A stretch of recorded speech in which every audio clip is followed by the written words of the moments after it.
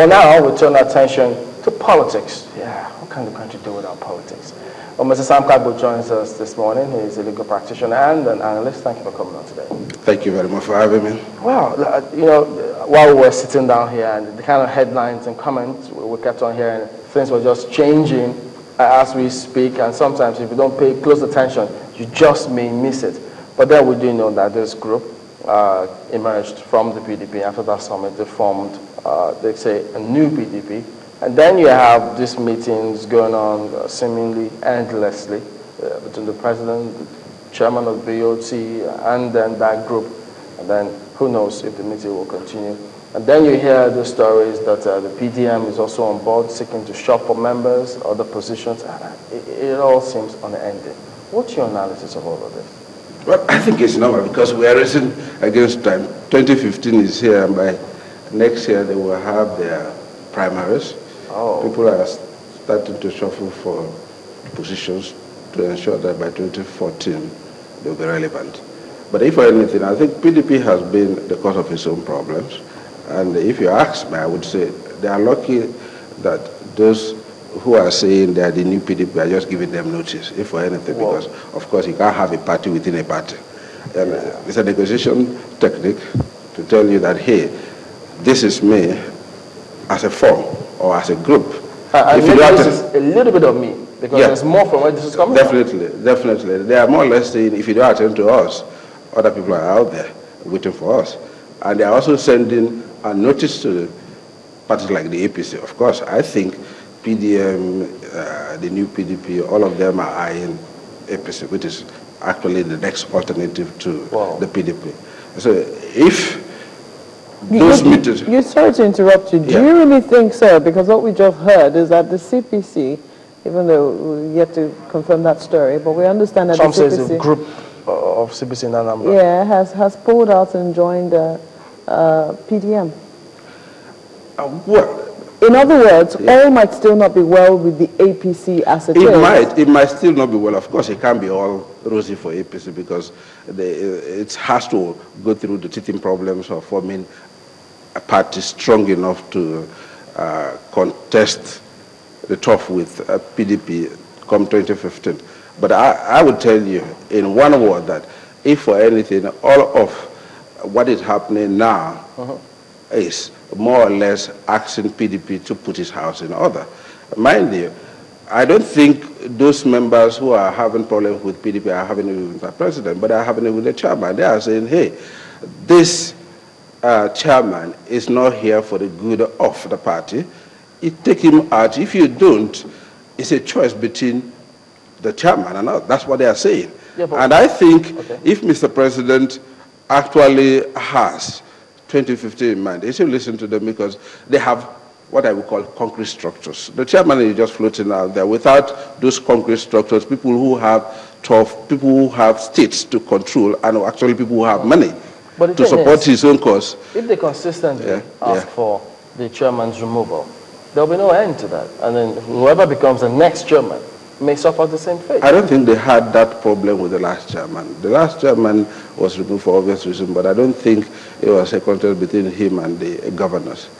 You understand? I think the present chairman's style is not in consonance with the reality of things within the country. We don't have party supremacy. If you were in South Africa, for an example, where you have party supremacy, the party calls, makes the calls. They have a parliamentary system.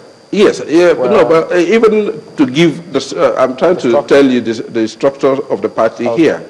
Here, outside supporting candidates to get into office, the moment they get into office, the party becomes more or less dependent on the offices they've been able to create. Outside that, I don't see it existing. But in South Africa, for example, the powers inheres in the political party. That's why they can call a president and say, hey, we think you are not acting in consonance with the spirit of the party, and therefore we are recalling you and put in some other person. But they can't do it here. Here, the party's strength ends. Let me put it this way. The strength is during elections. Of course, the party would have to do the primaries. Yeah. That's where they have the powers, and that's where they get the money, because, of course, that's the time people come in with the bags to get to the offices. They campaign. After the campaign, they come to the background. The new officers take the podium. They have the money. They have the post. They have the say. They have the ears of the people. Everybody goes to them with the cap in hand. Mr. Kagbo, I thought that is changing. Because if you saw the video of the meeting held overnight, almost 2 days ago, till the early hours of yesterday, we saw Chief Tony Aneni, the BOT chairman, and the president. And the way they stood, you would know that it's the party that is truly in charge of the affairs, trying to sort themselves out from that. Because the president was right before then, the president was standing behind. I'm trying to read the picture. He was standing behind, then later on they filed out, and Chief Aneni read out the outcome of that particular meeting. And we have also seen, for instance, the PDP come hard on some people, irrespective of what position they hold as party members, be you governor, be you a minister. So we thought that they had started having that same tradition that you just highlighted, that is very much existent in South Africa, back home in the country. The question I would want to ask is, if you have a recalcitrant governor and you want to deal with him, what do you do outside expelling him? And when you expel him, what happens? He's still in office. You understand? Okay, he's still in office. And so, yeah, the cover you give him, if you ask me, for it to be effective and for you to have a hold on him, he should suffer consequences if you withdraw that when you withdraw it, yes, he too should have gone and you pick someone else. That's what you mean. That's what I mean. But you have a situation whereby even if you expel the governor, as long as he has the House of Assembly in his pocket, your expulsion would not mean anything to him. And so he can be his own man. So if you ask me, and I'm happy you mentioned Tiffany, you see the sort of maturity with which he deals with this sort of situation. It is not the sort of person you hear making statements out there to antagonize anybody within the party. And I don't think anybody has had any problem with him within the party. But there's the problems that I think PDP has is purely a choice between the chairman and the governors. And if you ask me, I don't think that should even be an issue at all. You shouldn't think twice. If the chairman is not there to bridge or make or mend fences, is there to create more cracks, put him aside. Let him go rest and get the wheel going and put your ass together. Because let me tell you something. Yeah. I'm happy you are talking about change here. 2015 is not going to be that all rosy for PDP again. Definitely. It's not going to be, because it's not like the last era where you have their total dominance across the land, because the other parties were factionalized and they didn't have a central hub within which to actually push back the ascendancy of PDP. No, it has changed. You now have a very concrete alternative to the PDP.